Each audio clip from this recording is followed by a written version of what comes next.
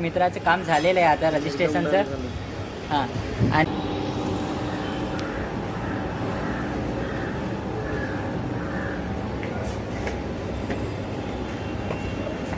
तर हॅलो मित्रांनो, तर आता मी MNC ऑफिसला आलेलो आहे. माझा हा मित्र आहे, ह्याचं BSCचं प्रॉब्लेम झालेलं होतं. तर ते नेमकं प्रॉब्लेम काय झालेलं होती, लेट फी काय लागली एवढी, किती 14,000 ना? 14,000 14,000 लेट फी लागलेली होती.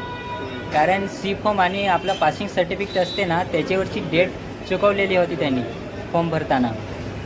तर त्यासाठी ती लेट चार्ज लागली. आम्ही प्रत्यक्ष आता MNC ऑफिसला आलो आणि ते मॅडमांना सांगितलं. तर ते मॅडमांनी सांगितलं की डेट चुकलेली आहे, ते तुम्ही ॲप्लिकेशनमध्ये एडिट करून परत हे करा, चेंज करा. तर आम्ही चेंज केलं तर फी कमी झाली. किती झाली आता? ती आता 2,700 ते लेट फी लागली आणि 2,000 ते आपली MNCची फी जी राहते ती. हां.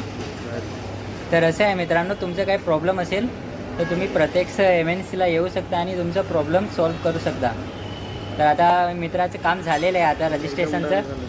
हां आणि एक ताईने मला मेसेज केलेला होता की माझे रजिस्ट्रेशन त्यांचे म्हणजे पोस्टाने जे ॲड्रेसवर आलेलं आहे ते रिटर्न घरी गेलं, म्हणजे रिटर्न MNC ऑफिसला आलेलं आहे.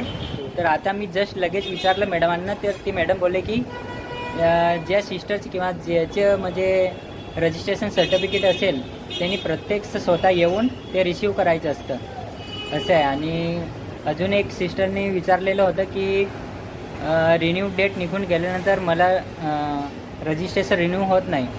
तर ते पण मी विचारलं. ते मॅडम बोलले की आपण स्वतः मोबाईलवर करू शकतो किंवा तुम्ही सायबर कॅफेला जाऊन पण ते रिपेअर करू शकता त्याच्यामध्ये एडिट करून. ओके.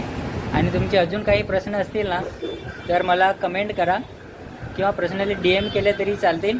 मी तुमचे सर्व प्रश्न सोडवण्याचा प्रयत्न करीन.